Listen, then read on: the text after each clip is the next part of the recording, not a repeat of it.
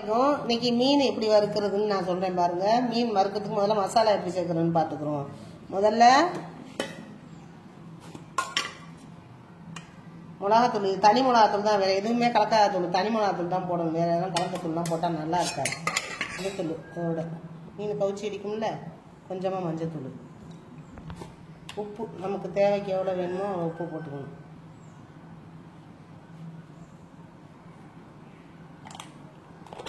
ஒரு 5-6 பல்லு பூண்டு தோலோட தான் நசுக்கி வச்சுருக்கோம் பாருங்கள். இது போட்டுக்கணும். இவ்வளோதான் இதுக்குள்ளது. போட்டு நல்லா பரட்டி ஒரு 1/2 மணி நேரம் ஊற வச்சு வறுத்தோம்னா செம்ம டேஸ்ட்டாக இருக்கும். வேறு எதெல்லாம் போடக்கூடாது.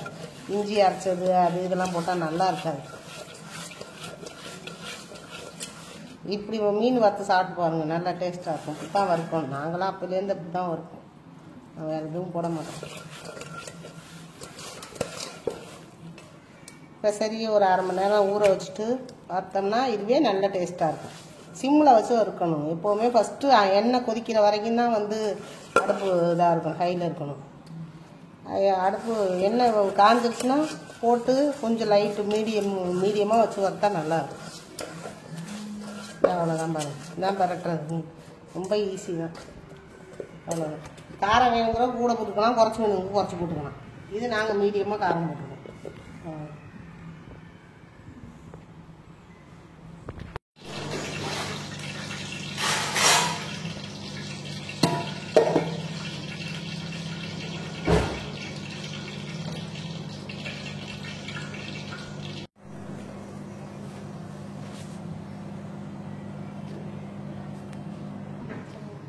நான் தோசைக்கல்லை காய வச்சு எண்ணெய், தோசைக்கல்லை அடுப்பில் வச்சு காய வச்சு எண்ணெயை காய வச்சு நான் போட்டாச்சு.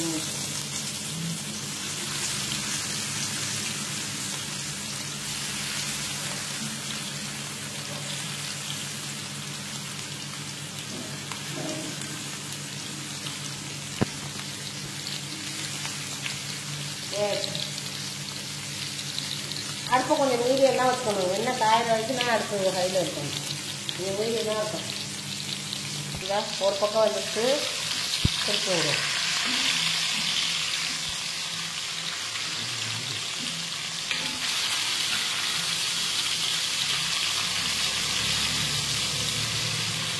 சிம்மில் வச்சா தான் அப்படி முன்னாடி கழுவி போயிடும். வேகா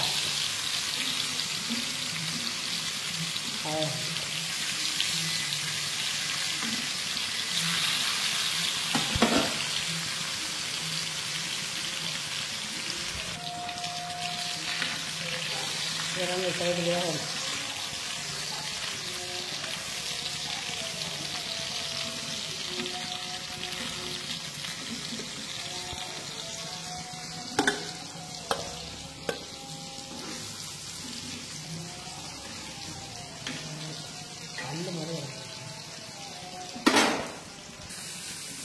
மீன் வறுவல் ரெடி ஆகிடுச்சு பாருங்க. எப்படி இருக்கு பாருங்க. சூப்பராக இருக்குல்ல, செம்ம டேஸ்ட்டாக இருக்கும்.